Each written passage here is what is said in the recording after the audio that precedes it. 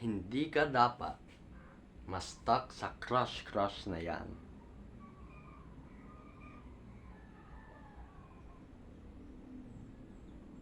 Kasi, kung hindi ka pa best version ng sarili mo,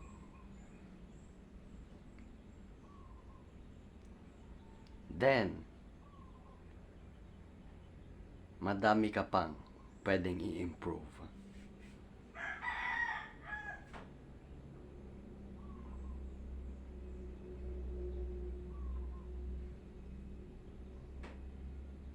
Kasi, kung consistent ka sa self-improvement, after 5 years, mas maganda ang maa-attract mong babae. Kung average ka ngayon, average ang maa-attract mo. Kung above average ka ngayon, above average din maa-attract mo. Kung best version ka na ng sarili mo, best version din at best quality ang maa-attract mo. Kung may crush ka ngayon,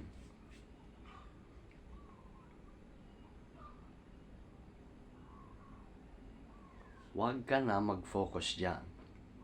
Kasi yung crush mo, at real talk, yung crush mo, busy din sa crush niya.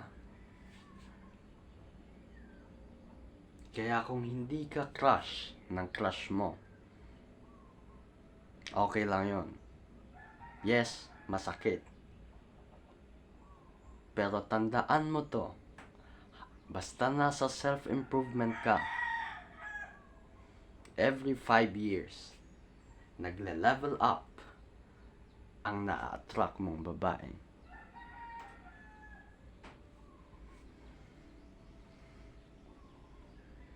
Kaya mag-focus ka sa sarili mo on these 5 years.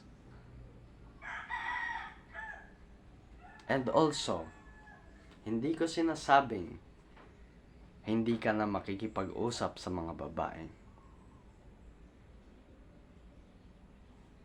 Importanteng makipag-usap ka pa rin. Importanteng makipag-socialize ka. Kasi kailangan mo to in the future. Kasi imagine mo, okay, gwapo ka na, in shape ka na, successful ka na, pero hindi ka marunong makipag-usap sa babae. Hindi ideal ang sitwasyon na yon. Kaya habang nag-i-improve ka, pag-aralan mo ang pag-flirt, pag-joke, at pakikipag-socialize sa mga babae.